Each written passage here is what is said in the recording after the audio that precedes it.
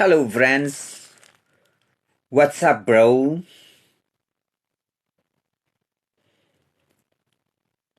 Trisna Arts Glass.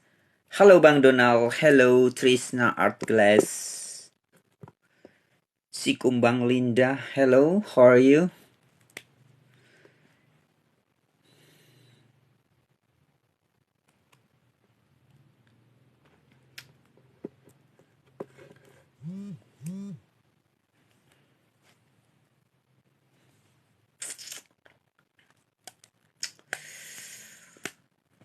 Rifai Kurniawan, Mariati, Si Kumbang Linda, Trisna Art Glass. Thank you for all participants this moment. Oke guys, enaknya kita bincang-bincang tentang apa ya? Kita bincang-bincang santai. King Kong Pargoy, gak sholat maghrib bang? Gak, aku sholatnya setiap saat. Loh kok bisa? Iya dong. What's the meaning of sholat? Sholat in Indonesia, that's mean berkomunikasi ya. Communicate. Sholat itu berkomunikasi seorang insan dengan sang pencipta. Nah sebenarnya setiap manusia itu sebenar-benarnya setiap saat berkomunikasi dengan sang pencipta. Cuman ada yang sadar atau enggak? Bedanya itu aja ya.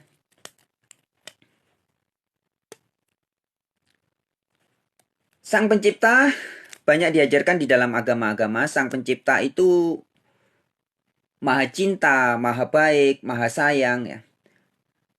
Kalau Anda atau kita punya pacar atau punya suami, punya istri, punya kekasih, punya orang tua yang sayang sama kita, kira-kira setiap hari kita komunikasi nggak dengan orang yang kita sayangi? Coba. Pasti komunikasi dong ya. Kalau zaman now kita bisa communicate-nya pakai social media. Mungkin pakai WhatsApp, pakai Telegram, atau pakai ya something like that ya. Kalau jaraknya jauh. Tapi kalau jaraknya dekat, mungkin satu rumah, satu tempat kerja, mungkin komunikasinya bisa saling say, hello, apa kabar? Semangat. Kalau bapak ketemu anaknya, mungkin cuma ditepuk ya. Komunikasi tiap hari cuma dipegang sininya. Nah, nggak perlu harus komunikasi verbal. Bisa dengan tatapan mata. Ya. Atau kalau di TikTok mungkin teman-teman bisa komunikasi dengan aku nggak harus lewat verbal ya, tapi bisa lewat ngetik atau lewat ngasih twing twing twing twing twing twing twing twing twing twing twing twing twing ya. Thank you very much ya for all loves. Yes. Jadi komunikasi itu bisa dilakukan dengan cara apa aja, dengan orang yang kita kasih atau orang yang kita sayangi. Nah, begitu juga teman-teman sebenarnya ya. Frankly, sesungguhnya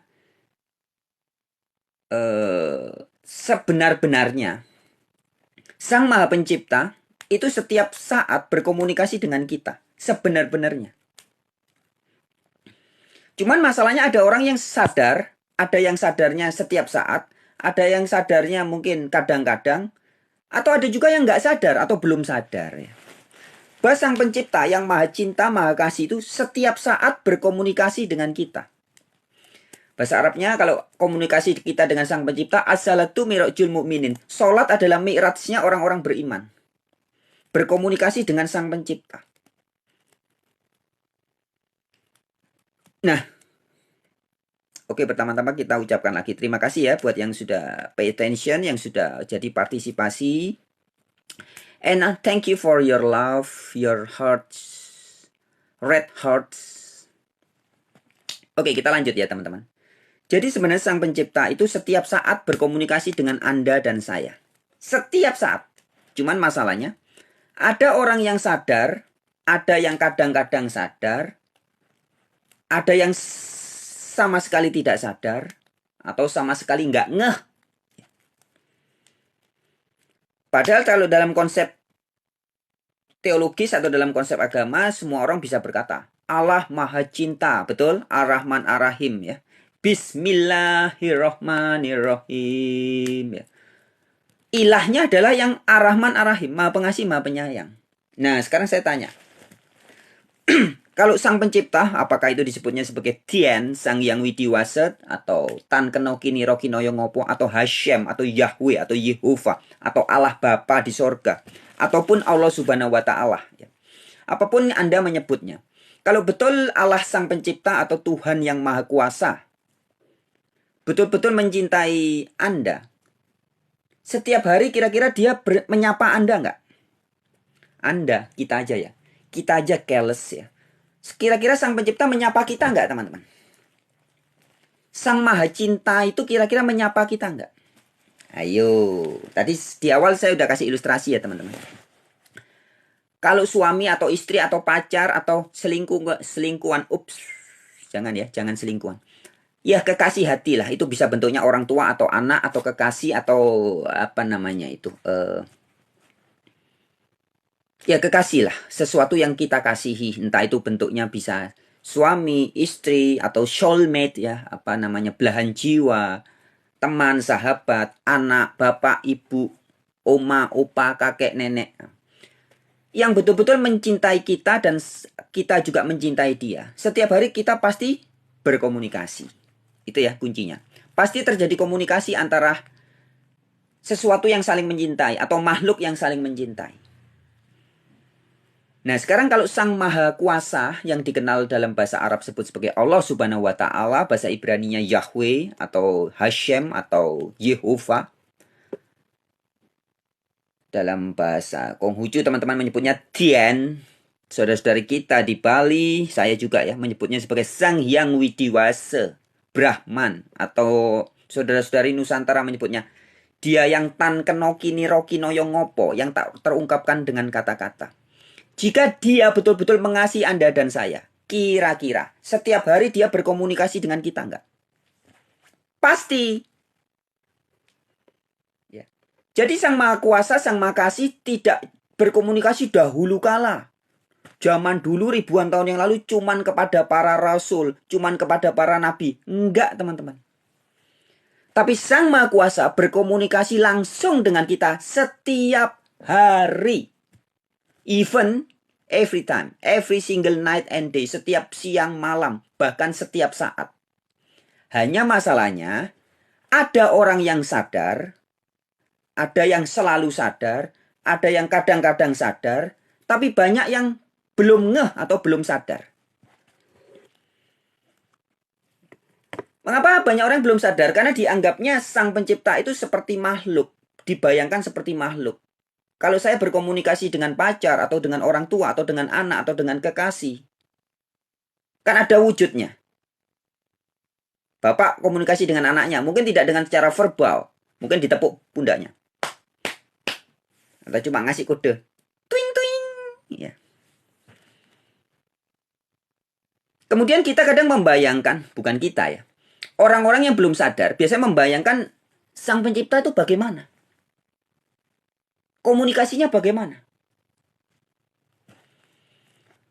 Padahal di dalam kitab suci Al-Quran yang begitu indah dikatakan, Allah Subhanahu wa Ta'ala dalam surat Kaf dikatakan, Dia lebih dekat dari urat leher. Kami lebih dekat dari urat lehermu. Nah, sudah dikasih kode ya. Allah Subhanahu wa Ta'ala lebih dekat dari urat leher. Jadi jangan pernah mencari dia bentuknya seperti makhluk, sesuatu yang kita cari. Saya mau pergi ke Mekah, ketemu Allah Subhanahu wa Ta'ala. Saya mau pergi ke masjid, ketemu Allah Subhanahu wa Ta'ala. Yang Kristen mungkin. Saya mau ketemu Allah Bapa di gereja. Yang Hindu, saya mau ketemu Sang Hyang Widiwasa di pura. Yang Buddha, saya mau ketemu di vihara. Di kelenteng bagi yang Konghucu. Gak bakal ketemu, teman-teman. Why? Because the key is He is inside yourself. Dia berada di dalam diri kita, lebih dekat dari urat leher. Sudah dikasih tahu kata kuncinya di Al-Quran surat Qaf. Surat Qaf ayat 50 kalau nggak salah. Nanti bisa dicek ya, yang jelas di surat Qaf. Kami lebih dekat dari urat leher. Di dalam Bible Alkitab Yesus berkata, Bapa di dalam aku, kata Yesus. Dan Yesus juga mendoakan murid-muridnya tertulis dalam Yohanes 17 ayat 21 sampai 23. Supaya murid-muridnya sadar bahwa Bapa ada di dalam kamu. Bukan di luar. Dalam kitab-kitab Hindu, pelaku Dharma ya. Bukan agama merek Hindu, bukan. Tapi para pelaku Dharma. Hindu itu adalah para pelaku Dharma. Siapapun Anda yang menjalani hidup sesuai sunatullah, itu artinya Anda menjalani hidup sesuai dharma. Kalau bakat Anda dari lahir atau dari kecil adalah pemain musik, dan Anda menjalani hidup Anda sesuai dengan dharma Anda itu, panggilan jiwa, maka Anda sedang menjadi Hindu. Ya, jadi Hindu ini bukan merek agama, ya. Ketika seorang menjalani bakatnya dari kecil suka masak misalnya, kemudian setelah besar menjadi chef, ahli masak, tukang masak, maka dia sedang melakukan dharmanya. Dalam hal ini dia juga menjadi pelaku Hindu. Hindu itu artinya hidup, jalan hidup. Dharma itu apa ya? Ya dharma, panggilan jiwa. Ya. Nah, bagi para pelaku dharma atau panggilan jiwa menyebutnya sebagai Atman. Ya, dalam Al-Quran disebut Allah Subhanahu Wa Taala lebih dekat dari urat leher. Dalam Bible Alkitab disebut Allah Bapa di dalam kamu. Dalam bahasa dharmanya atau bahasa Hindunya disebut Atman. Atman baik di dalam kitab Veda, dalam kitab apalagi Weda, ada berbagai macam Weda ya. Kemudian ada juga dalam kitab Bhagavad Gita ya. Atman itu ada di dalam manusia. Nah, Allah atau Bapa atau Yahweh atau Atman atau Sang Yang Widiwasa yang berada di dalam manusia itu setiap saat sebenarnya menyapa kita. Buktinya, bukti komunikasi yang langsung, direct ya, direct communication, jadi tanpa perantara. Sang Maha Pencipta sekarang ini mata Anda bisa menonton bayangan saya live, bisa telinga kita bisa mendengar suara. Ini adalah bukti sedang terjadi direct communication, komunikasi langsung antara Sang Pencipta dengan diri Anda.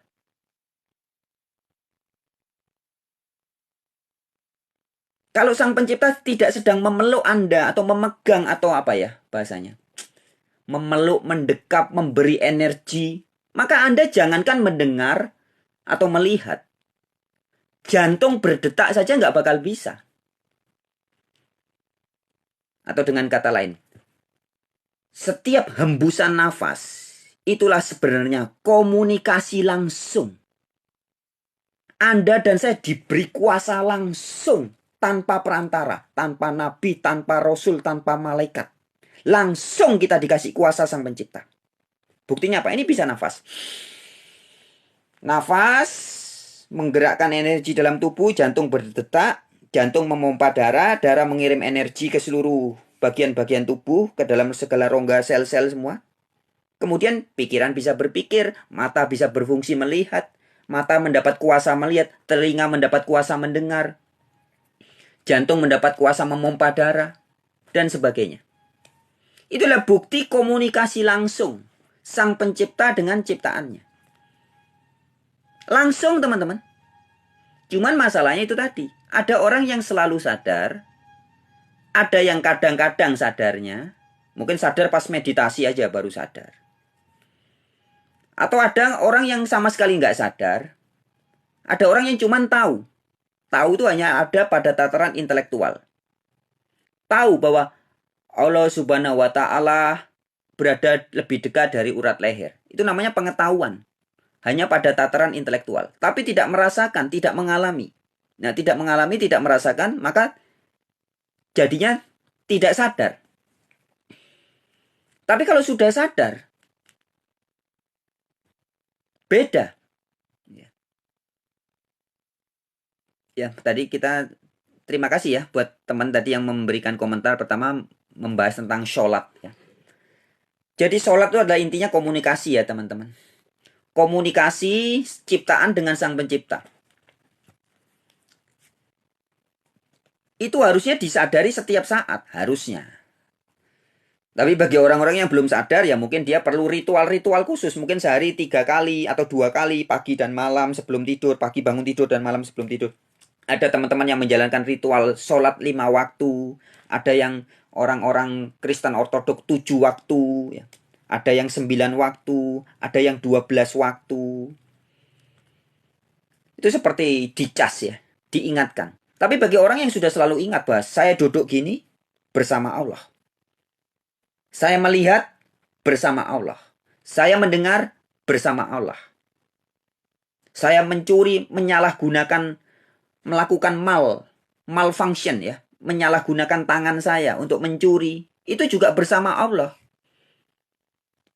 Maka tidak ada kejahatan yang lepas dari pengetahuan Allah. Kenapa segala sesuatu yang kita lakukan itu sebenarnya kita sedang melakukannya menggunakan kuasa Sang Pencipta. Orang membunuh itu menyalahgunakan kuasa Sang Pencipta. Orang mencuri, korupsi, tetap dia bisa korupsi, berpikir. Korupsi kan harus dipikir dulu, direncanakan.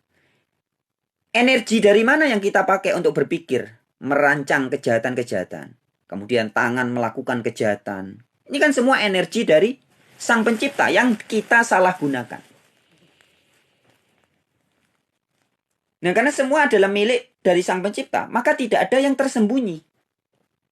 Jadi kalau di Alkitab atau di Bible atau di kitab suci dikatakan, Allah Maha Tahu. Itu jangan kita bayangkan dia seperti CCTV yang banyak selalu melihat kita. Pasang CCTV jadi Maha Tahu. Bukan, teman-teman.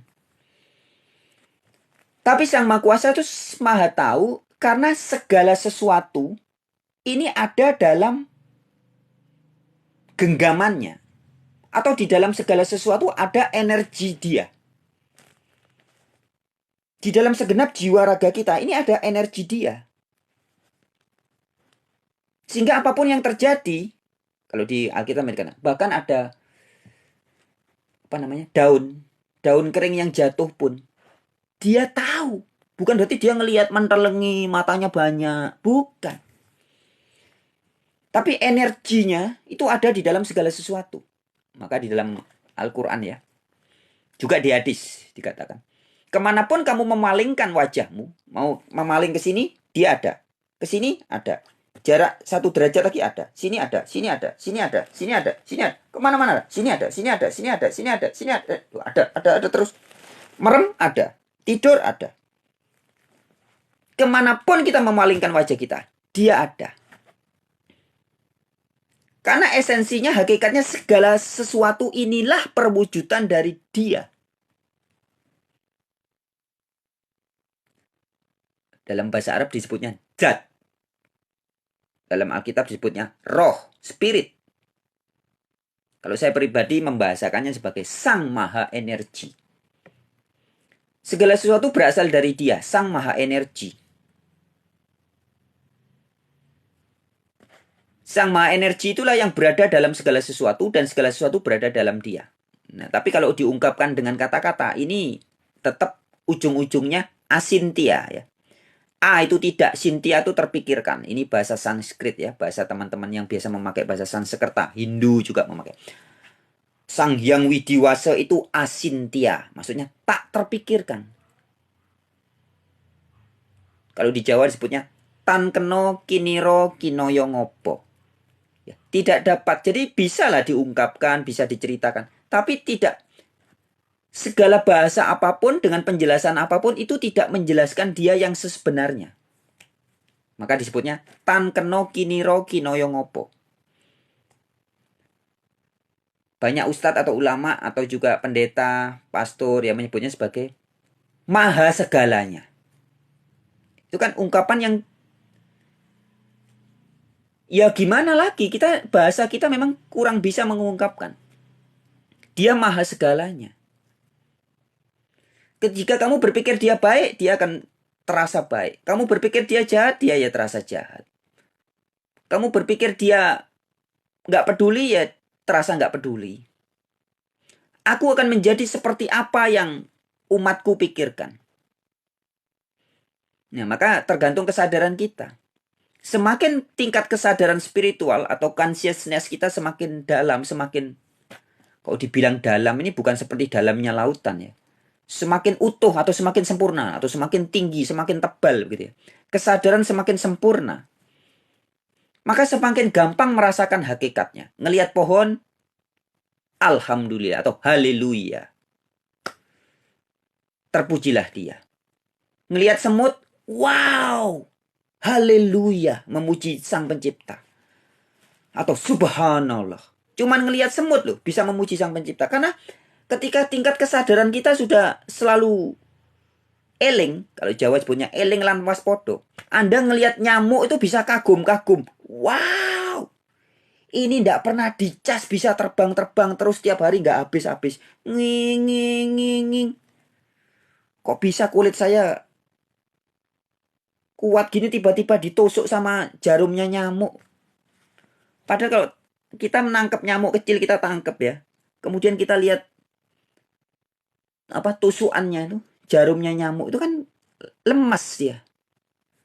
Tapi bagaimana itu bisa menyedot darah, menggigit kita, Jos? Kita akan terkagum-kagum dengan nyamuk. Begitu komponennya kita bayangkan betapa kecilnya ya. Dengan sel-sel di dalam diri nyamuk yang begitu super kecil. Manusia baru bisa bikin drone, mungkin sudah ada yang bikin drone, micro drone ya. Robot yang sangat kecil. Konon beberapa negara maju sudah bisa membuat itu. Robot bentuk serangga sangat kecil dia.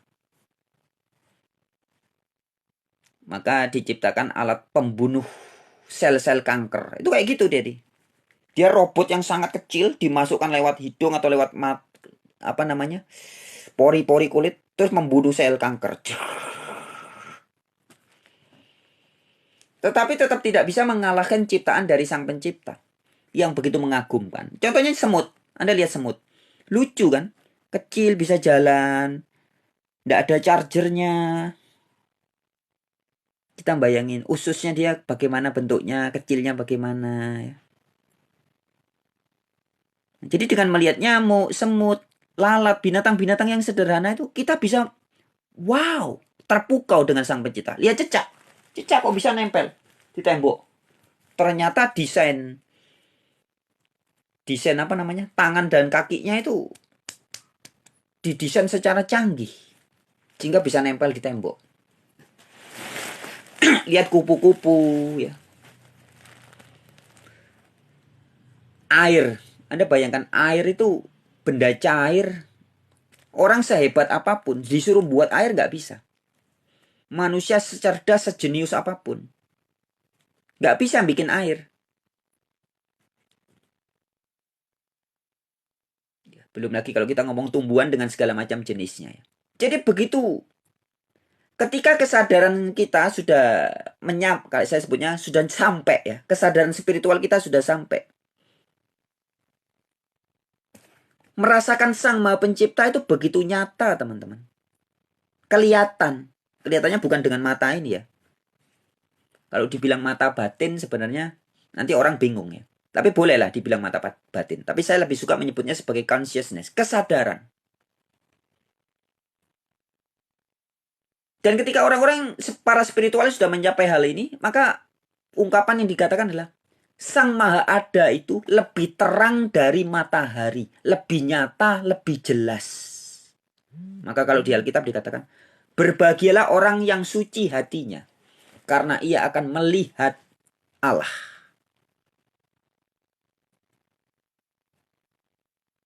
Ada beberapa ayat Bible mengatakan Yesus juga di dalam Injil Yohanes, juga di dalam 1 Timotius 6 ayat 16, Paulus mengatakan hal yang sama. Tidak ada seorang pun yang pernah melihat Allah, dan manusia memang tidak bisa melihat Allah. Tapi ada beberapa ayat yang lain mengatakan, berbahagialah orang yang suci hatinya, karena dia akan melihat Allah. Jadi ini konteksnya berbeda ya. Ketika kesadaran kita masih sangat materi, sangat duniawi, itu tidak bakal ada manusia yang bisa melihat Allah.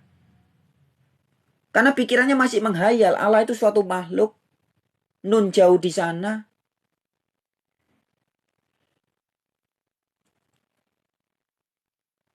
Tapi bagi orang-orang yang kesadarannya sudah nyampe, ya, melihat itu bukan melihat dengan mata begini.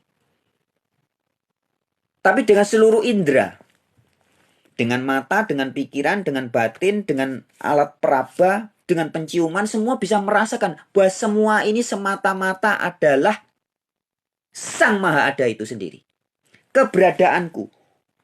Kalau di Jawa sebutnya hononiro hono ingsun. Wujud iro wujud ingsun. Jadi keberadaanku ini karena keberadaannya dia. Adanya HP ini HP Android mereknya apa ini? Oppo ya. HP ini mereknya Oppo. Nah, keberadaannya Oppo ini adalah bukti nyata keberadaannya pabriknya. Kira-kira begitu. Hono, adanya HP ini yang di tangan saya dan yang di tangan Anda dan yang lain-lainnya, itu membuktikan keberadaan yang lebih besar penciptanya, yaitu pabriknya. Keberadaan buku-buku ya, buku-buku kitab-kitab ini. Ini buku-buku kitab-kitab. Ini membuktikan keberadaan pabrik kertas. Nah, keberadaan pabrik kertas membuktikan adanya kulit-kulit pohon yang dijadikan kertas dan seterusnya.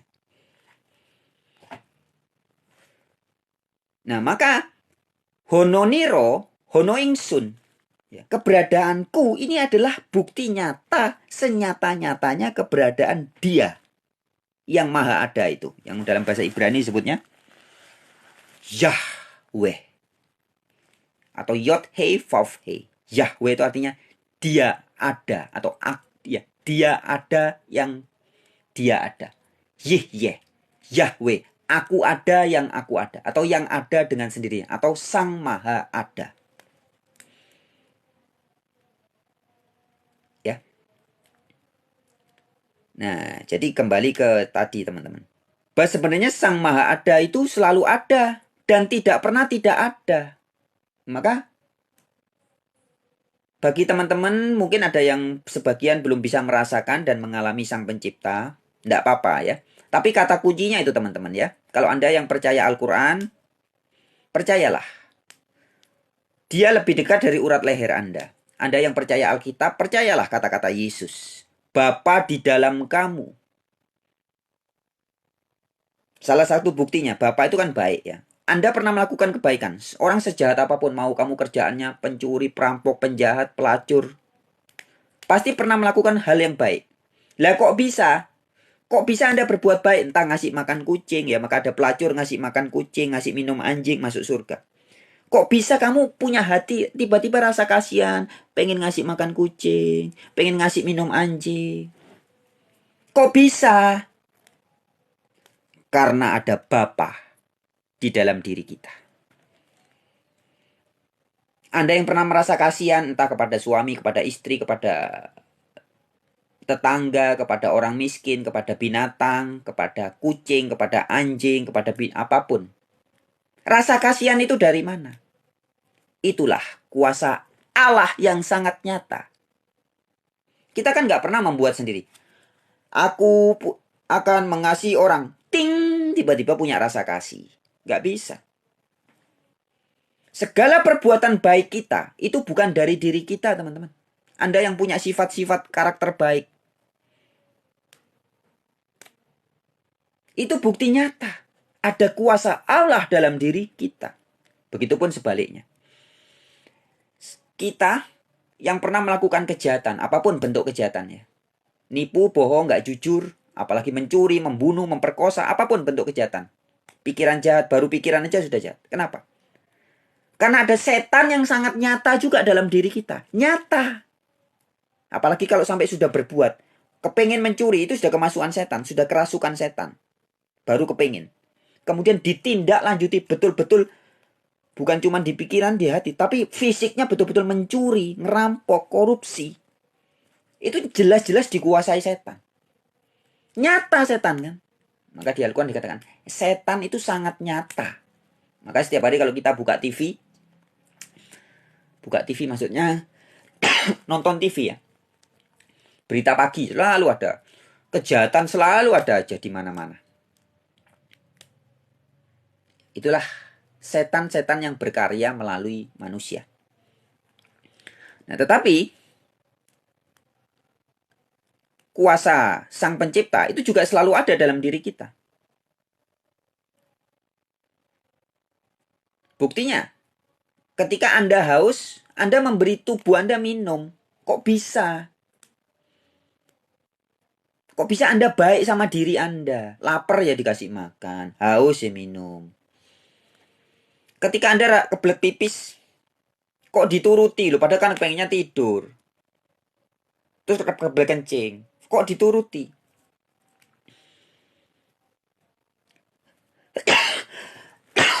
Itulah Bukti nyata ada kuasa dia, Sang Maha Kuasa, Sang Maha Baik, yang nggak bisa Anda lawan. Dia Maha Kuasa. Kuasanya moho.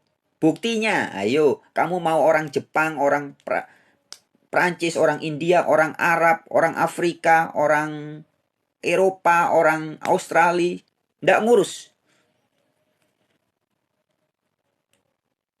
Setiap orang begitu dikasih rasa lapar, kuasa ndak?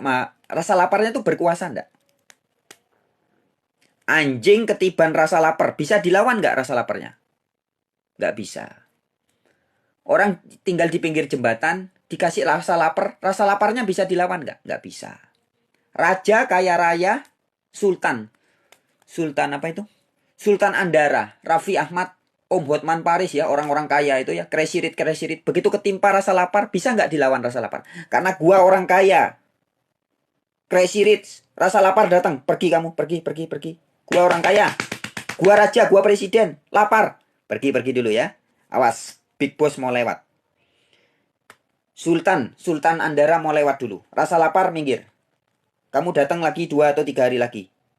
Bisa nggak? Nggak bisa teman-teman. Baru rasa lapar yang kita bicarakan. Rasa lapar tuh maha kuasa teman-teman.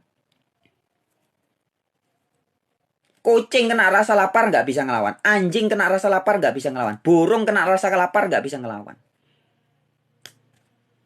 Orang gila kena rasa lapar nggak bisa ngelawan. Orang waras kena rasa lapar nggak bisa ngelawan. Orang beragama kena rasa lapar nggak bisa ngelawan. Orang nggak beragama kena rasa lapar juga nggak bisa ngelawan. Orang percaya Tuhan nggak percaya Tuhan, teis maupun ateis, begitu ketimpa rasa lapar nggak bisa ngelawan.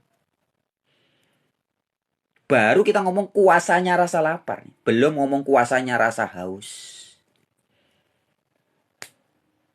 Wow, saya seorang pejabat dan orang terkaya di kota saya atau bahkan mungkin di negara saya. Ketimpa tiba-tiba datang rasa haus. Stop. Rasa haus, saya orang kaya, lo belum tahu gue. Minggir dulu.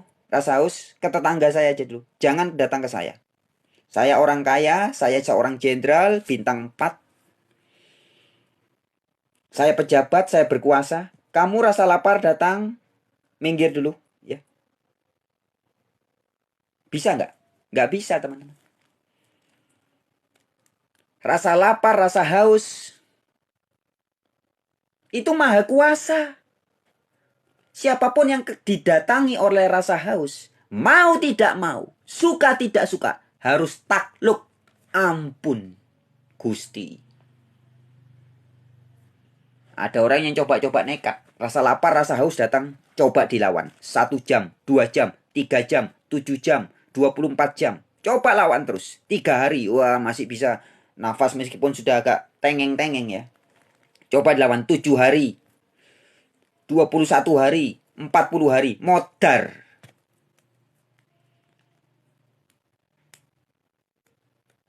Itu baru kita ngomong rasa lapar dan rasa haus. Maha kuasa kan? Belum lagi rasa ngantuk. Orang sudah ditimpa oleh rasa ngantuk yang amat sangat. Itu artinya dapat perintah supaya istirahat. Kamu harus istirahat. Kalau dituliskan kira-kira atau disuarakan gitu. Hai, waktunya istirahat. Tapi bentuk firman itu bukan bentuk suara, audible bukan. Sebab Allah atau Gusti atau Sang Pencipta itu roh, dat. Maka komunikasinya bisa macam-macam. Bisa lewat suara, bisa lewat macam-macam. Dan salah satunya lewat bahasa roh, bahasa rasa. Anda tiba-tiba dikasih rasa ngantuk banget. Itu artinya perintah suruh istirahat atau tidur. Bisa nggak dilawan? Coba naik. Sehari nggak tidur, coba terus 3 hari, 4 hari, 1 minggu. Nggak bisa teman-teman. Nah, jadi contoh rasa-rasa tadi itu, itulah sebenarnya komunikasi langsung. Direct communication. Antara Sang Pencipta dengan diri kita. Langsung teman-teman.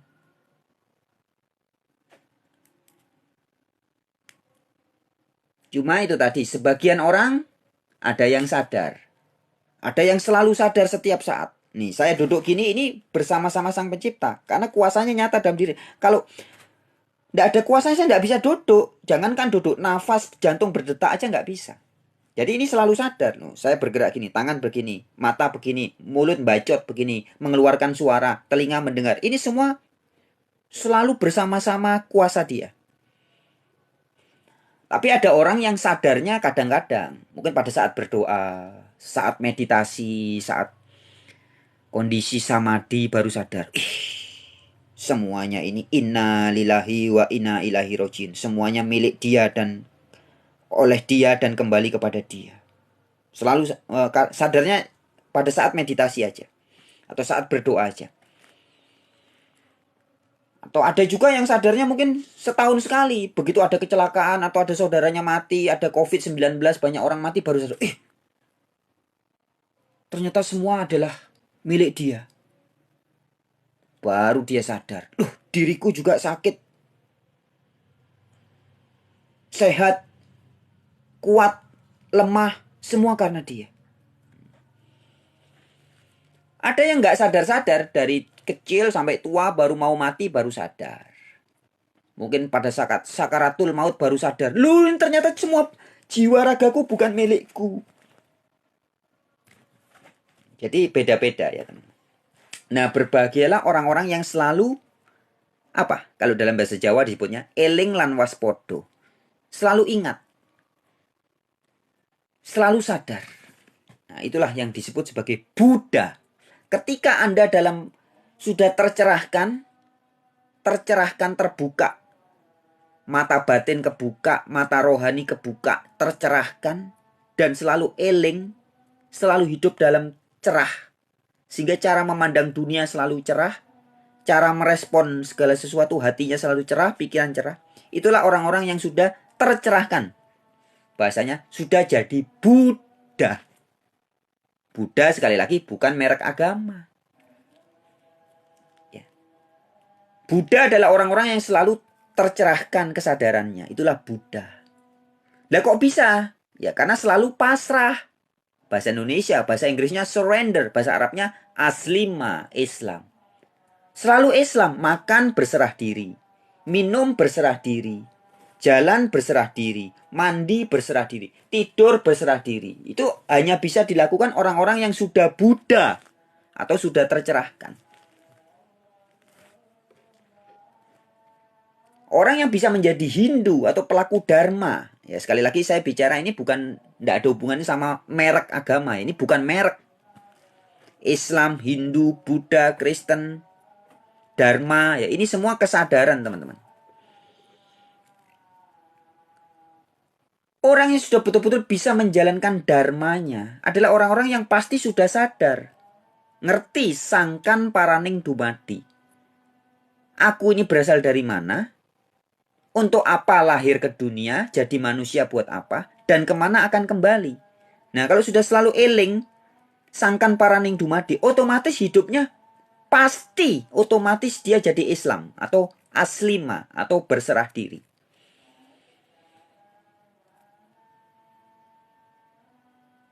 Ya, pasti. Jadi tidak keinginannya aneh-aneh lagi loh. Bakatku sudah jadi tukang masak yo. Aku ya menikmati masakan setiap hari. Ngupas bawang aja rasanya enak. Nah, itu namanya sudah hobi, jiwanya di situ. Ya. Ngupas bawang seneng, ngulek sambal rasanya enak. Anda hobi sepak bola atau olahraga. Setiap hari olahraga kan rasanya enak. Bagi orang yang nggak suka olahraga, opo itu? Hidupmu kok pikirannya olahraga tok. Orang yang pemain musik juga gitu. Bagi orang yang nggak suka musik, kok hidup diisi musik tok. Tapi bagi pelakunya itu nikmat sekali. Karena sedang menjalankan dharmanya. Nah, jadi berbahagialah orang-orang yang sudah menyadari dharmanya dan hidup menjalankan dharmanya. Ya, ini bukan sinkretisme, Pak. Kadang banyak orang menyebutkan satu istilah, agama. Makna agama aja nggak paham. Agama disangkanya merek-merek organisasi, itu bukan. Sinkretisme, orang ngomong sinkretisme aja, definisi sinkretisme aja belum paham. Orang ngomong spiritualitas, definisi spiritual aja nggak paham. Sulit memang. Semua yang dituliskan, diungkapkan menjadi kata-kata itu kan menjadi konsep aja. Menjadi teori. Semua yang saya bacotkan tadi ini hanya teori-teori bagi orang yang belum mengalami sendiri. Tapi bagi yang sudah mengalami akan, ya, ngerti. Ya. Oke teman-teman.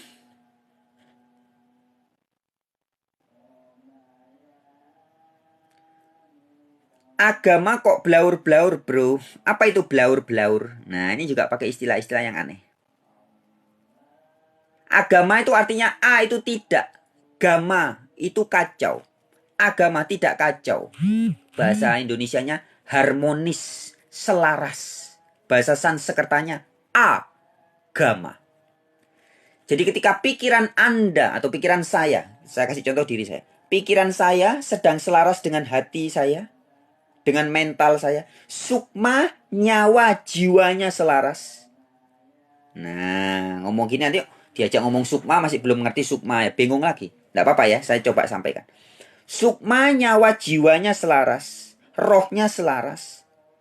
Panca inderanya selaras. Semua menyatu, manunggal. Itu disebut orang sedang beragama. Sedang tidak kacau. Tapi kalau sukmanya, duduknya di sini, pikirannya di sini, tapi sukmanya gentayangan. Mikir masa lalu, belum move on, dulu pernah ditinggal pacar, atau pernah anaknya mati, atau bagaimana bisnisnya bangkrut. Mikir ke situ terus. Nah, ini yang disebut sukmanya gentayangan. Ini orang tidak beragama.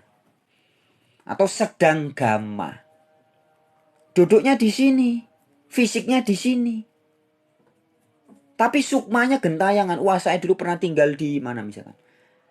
Sebelum COVID saya tinggal di Australia atau saya tinggal di Bali, enak. Sekarang saya harus pulang kampung. Sedikit-sedikit selalu mengenang masa lalu. Nah, tidak move on. Ingat pacar, ingat suami yang masa lalu. Ingat itu orang-orang tidak move on. Itulah orang yang sukmanya gentayangan. Sukmanya gentayangan tuh gitu. Maka kadang datangnya kadang dia lewat mimpi. Mimpinya juga ingat-ingat itu. Setiap hari pikirannya orang yang egonya melekat dengan mobil ya. Pikiran tiap hari mobil. Saya mau cari uang buat beli mobil. Saya mau melakukan segala sesuatu kerja pokoknya nanti untuk mobil. Sukmanya nempel di mobil. Itu gentayangan namanya. Makan tempe ndak rasa tempe. Hayalannya mikir mobil. Minum teh, minum kopi nggak rasa kopi, nggak rasa teh. Hayalannya ingat istrinya tetangga. Suaminya teman. Itu namanya sukmanya gentayangan. Fisiknya di sini, badannya di sini, pikirannya ngelayang-layang. Wah, kepengen aku kayak siapa nih? Siapa artis siapa misalnya. Pengen hidup seperti itu, pengen begini, bisa ke luar negeri. Nah, gentayangan. Itu nama orang orang sedang tidak beragama atau sedang gama.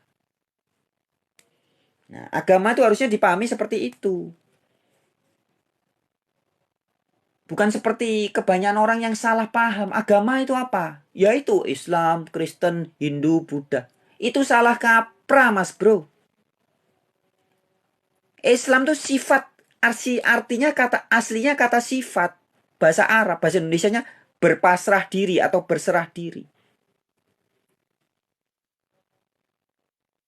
Ketika dijadikan merek suatu lembaga, kan jadi kacau seperti sekarang.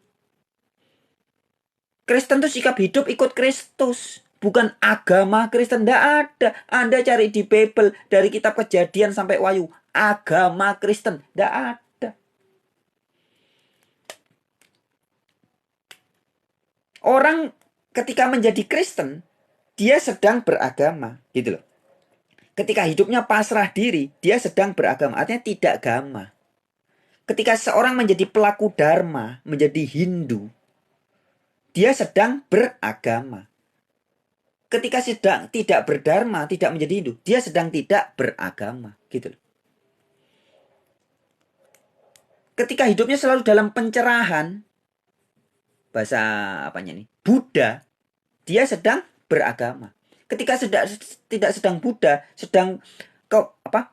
Kemerungsung, geganau, gelisah, galau, merana, kemerungsung, kemeriap apa mana bahasanya? Bingung, nggak ngerti tujuan hidup. Itu sedang gama atau kacau. Jadi agama harus dipahami seperti itu. Ya. Oke teman-teman, thank you very much for this opportunity. Kita jumpa lagi di kesempatan yang lain ya. Saya mau makan dulu. Nah, ini dikasih rasa lapar nih. Bisa enggak saya melawan rasa lapar? Ini saya sekarang dikasih rasa lapar. Ini firman yang nyata dari pemilik saya, pencipta diri ini. Pencipta jiwa raga yang nempel ini yang terdiri dari 7 unsur. Tulang, darah, daging, kulit, sumsum, rambut, otot. Semuanya ini. Pencipta saya itu sedang berfirman barusan kepada saya. Kalau disuarakan kira-kira, ayo, ayo, ayo, waktunya makan malam, dinner, dinner, dinner. Kira-kira gitu kalau disuarakan. Tapi firman Allah yang lebih dekat dari urat leher tidak selalu lewat kata-kata, tidak selalu lewat suara. Ya. Tapi yang pasti selalu lewat rasa. Jadi Anda pagi dibangunkan, Allah sedang menyapa Anda. Anda disuruh kencing, disuruh beol, disuruh minum, disuruh mandi. Itulah dia yang lebih dekat dari urat leher. Yang setiap saat menyapa kita. Tapi masalahnya ada orang yang selalu sadar, ada yang kadang-kadang sadar, ada yang belum sadar, atau banyak yang sama sekali tidak sadar.